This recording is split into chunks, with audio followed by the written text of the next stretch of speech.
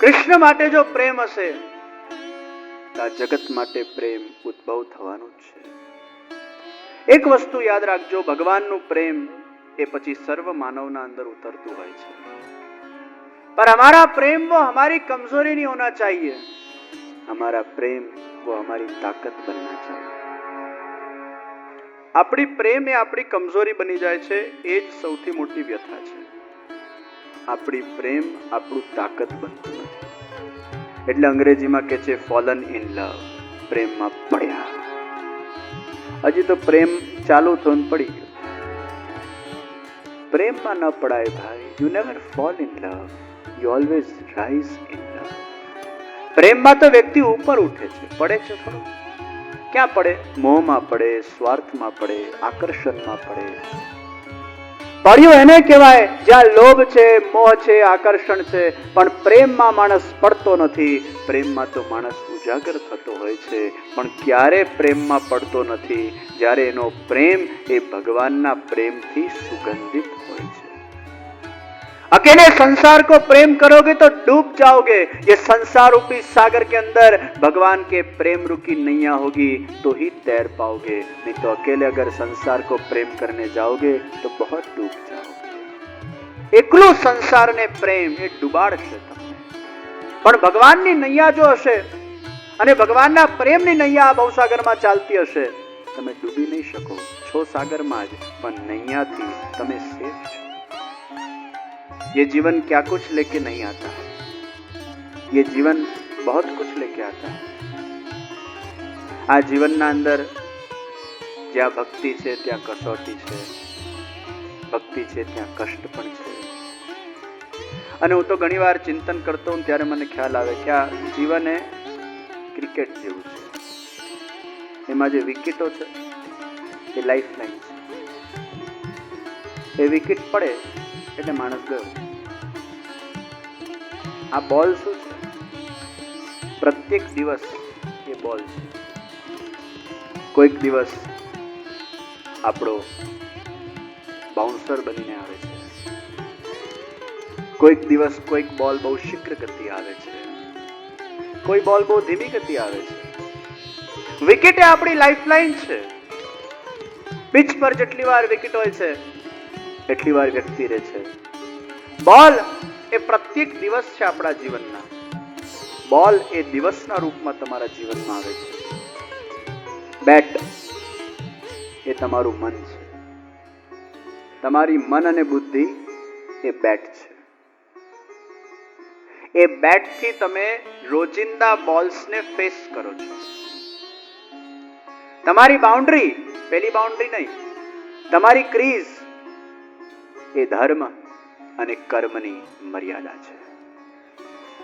જ્યાં ક્રીઝ છોડીને બહાર જાઓ છો, સ્ટમ્પ થવાની સંભાવના છે, રનઆઉટ થવાની સંભાવના છે. ધર્મ અને કર્મની મર્યાદાને તમે ક્યારે પણ છોડતા નહીં. આ ધર્મ અને કર્મ એ મર્યાદા છે, એ ક્રીઝ છે. જ્યાં એને છોડીને તમે જાઓ છો એટલે તમારી આઉટ થવાની બહુ મોટી સંભાવના છે. तो आज लाइफ की क्रिकेट है, धर्म और कर्म वो मर्यादा है.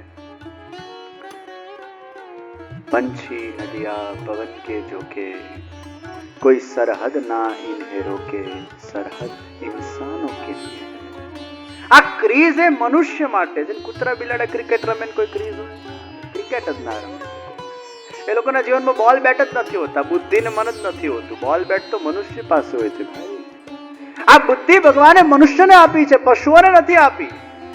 એટલે તો પશુઓ વિચાર નથી કરી શકતો, એટલે તો પશુનું કર્મ કાઉન્ટ નથી થતું. આ તો પેલું 2020 પેલું આઈપીએલ ની મેચ જેવું છે, કાઉન્ટ ના થાય. ભલે રમ્યા કરો, ઇન્ટરનેશનલ રેકોર્ડમાં કાઉન્ટ ના થાય. ઇન્ટરનેશનલ મેચ રમો ટોપી પહેરીને દેશને રિપ્રેઝન્ટ કરી તો તમે કાઉન્ટ થાય. તો તમારા મનુષ્યના પણ કર્મો ક્યારે કાઉન્ટ થાય? જ્યારે તમારા પાસે ભગવાને બુદ્ધિ આપી હોય, કર્મ કરવાની સત્તા આપી હોય, ધર્મ તમને આપ્યું હોય, અને આ જગતના મેદાનના અંદર ભગવાન તમને ક્રિકેટની પીચ ઉપર ઉતારી દે છે. વિકેટ તારી લાઈફ લાઈન છે, પણ ધર્મ અને કર્મની મર્યાદાઓને ક્રોસ નહીં કરતો, નહીં તો તું આઉટ થઈ જશે, તું પશુ બની જશે. પંછીને કોઈ બોર્ડર નડતી નથી, નદીઓની કોઈ બોર્ડર નડતી નથી, પવનના ઝોકાની કોઈ બોર્ડર નડતી નથી. સરહદ इंसानों के लिए है, धर्म और कर्म की सरहदें वो हमारे लिए बनाई गई है और वो सरहद का उल्लंघन वो पशुवत हो जाता है अगर करते हैं तो પછી તમારામાં પશુમાં ફરક શું? પશુમાં ને આપણામાં એક જ ફરક છે, એ ધર્મ છે જે પશુ કરી શકતો નથી, કેવલ આપણે જ કરી શકીએ છીએ. ધારણાત ઇતિ ધર્મ, ધર્મો રક્ષતિ રક્ષિત. ધર્મને ધારણ કરવામાં આવે છે.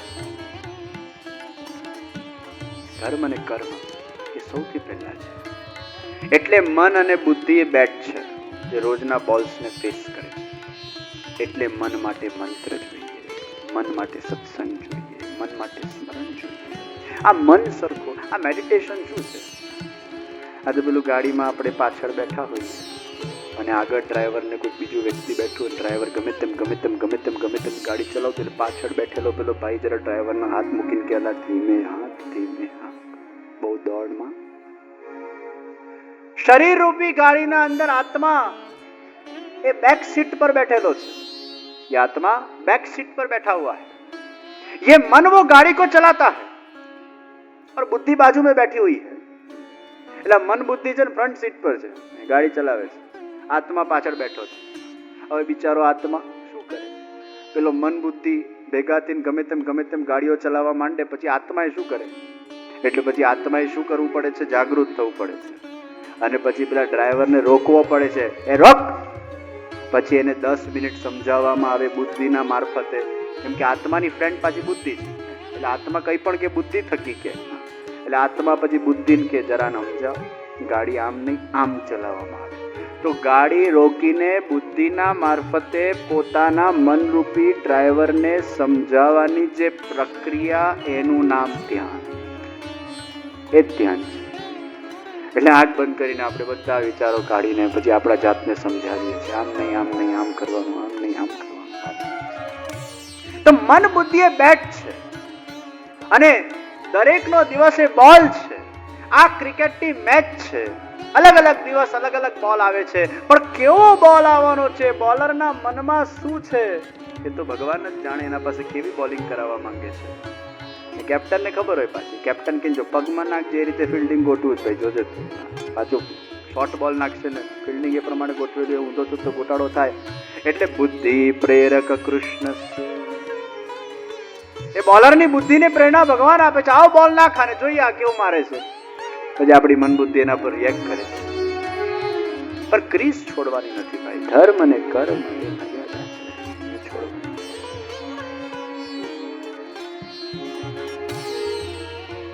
અમેરિકામાં એક છોકરી મુસલમાનના પ્રેમમાં પડી.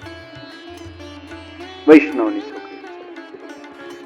બહુ માતા પિતા બિચારા દુઃખી થઈ ગયા અને સંજોગ એવો બન્યો કે એ લોકો સાથે મળવાનું મને એક સૌભાગ્ય મળ્યું. દીકરાને મેં બોલાવ્યો પહેલા.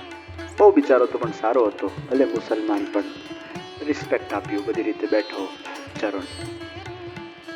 મેં પૂછ્યું તને છોકરી બહુ ગમે છે? મને કે હા.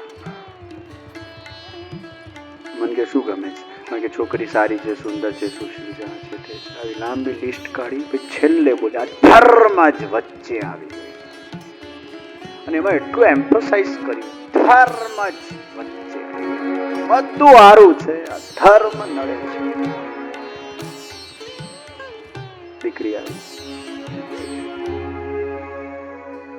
છોકરો સારો છે, સુંદર છે, સુશીલ છે, આમ છે તેમ છે, છેલ્લે ધર્મ વચ્ચે. એટલે મેં દીકરા દીકરીને એક જ વાત કરી કે તમે આટલી મોટી હિસ્ટ્રી મારા પાસે એકબીજાની આપી, આટલી બધી ક્વોલિટીઝ તમે એકબીજાને આપી, તમે છેલ્લા પાયદાન પર ધર્મને મૂકી દો. સૌથી પહેલા ભૂલ તમે શું કરો છો? ધર્મને છેલ્લું નાખ્યું ને સૌથી પહેલું મૂકી દો.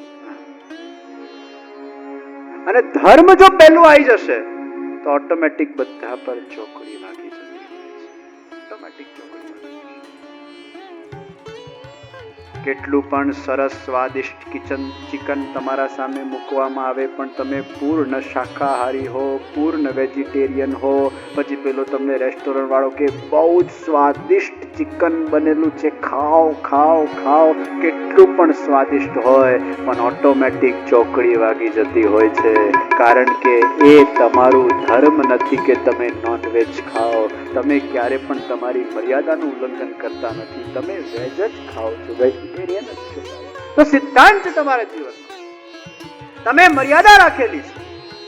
અને લગ્ન કરવામાં દીકરા કે દીકરી હોય, નિશ્ચિત એ લોકોનો પોતાનો નિર્ણય હોય, પરંતુ it has to be a family decision. સહેમતીથી થવું. લાઈફ કેવું કેવું લઈને આવે તમને સાચી વાત કહું, એટલા બધા લોકોના અનુભવો મારા પાસે આવતા હોય. એક દીકરીને માતા પિતાએ બહુ પાળી પોષીને મોટી કરી, એટલી બધી એનામાં આસક્તિ, બહુ જ એને પ્રેમ કર્યું, અને કોઈક દીકરા સાથે ભાગી ગઈ. ભાગી તો ઠીક, 6 મહિનાથી મોબાઈલ બંધ, નંબર્સ ચેન્જ, ક્યાં છે કશું જ ખબર નથી. એના બિચારાના પ્રશ્ન પૂછ્યા, કેમ આવું થઈ રહ્યું છે? એટલે જ મન અને બુદ્ધિ પર લગામ જોઈએ, ધર્મ અને કર્મની મર્યાદાઓની. જ્યારે ક્રીઝ દોરવામાં આવે છે, એક સિદ્ધાંત બનાવવામાં આવે છે, એ સિદ્ધાંતે માણસ ક્રોસ ન કરે. દુનિયાના અંદર ધર્મ અને કર્મ એ જો તમારા જીવનમાં નહીં રહ્યું તો પછી એ સંતાનો શું થવાનું? એ પછી એક અલ્લાહનું શિક્ષણ આપે ને બીજું પછી કૃષ્ણનું શિક્ષણ આપે. એકવાર હું એક જગ્યાએ ગયો હતો, ક્રિશ્ચન અને હિન્દુ ટુગેધર. પછી એમના રૂમમાં એક જીસસ ક્રાઇસ્ટનો ફોટો અને એક કૃષ્ણ ભગવાનનો ફોટો. એટલે મમ્મી કે હું આને જીસસના સંસ્કાર આપીશ, પેલો કે આનો કૃષ્ણ આપીશ. મોટો થઈને છોકરો એકમાંય નહીં રહે કે I don't like this conflicts of religion, I don't want to follow religion. આવા લોકો નાસ્તિક બનતા હોય છે, એટલે પછી ધર્મ નથી ગમતું હોય. આ કોણ કોન્ફ્લિક્ટમાં પડે?